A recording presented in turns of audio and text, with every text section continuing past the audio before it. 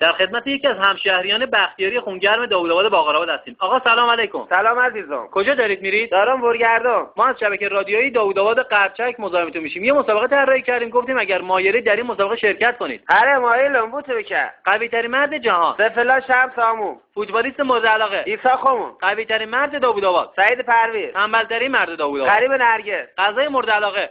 گوشت سبزی خیار و نون. بازی مورد علاقه. شلم. بهترین مکان. مستراح. شما بیشتر با خانواده کجا میری؟ شما ریم امضای عبدالله. شما با دوستاتون کجا قرار میذارید؟ قارموشی. بدترین مریضی. خنکلاشک. ماشین مورد علاقه. سکت. از کی تا حالا؟ ز وقتی که بس موتورا. شما میتونید یه ضرب المثل لوری بگید؟ گو به گو سندله به گو. میدونید قبر امام حسین کجاست؟ نه اونم والا. کربلا.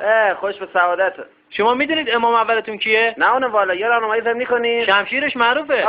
زورو. شما آشغالاتون رو کجا میریزین؟ لای نون. لای نون؟ نه اونم والا. لای نون، نایلون، نه اونم والا. اگه تو دزدو بگیری چیکار میکنی؟ زنگ زنم 20 میتونی سوره توحید رو بخونی؟ بسم الله الرحمن الرحیم. قل هو یولد احد الله الصمد.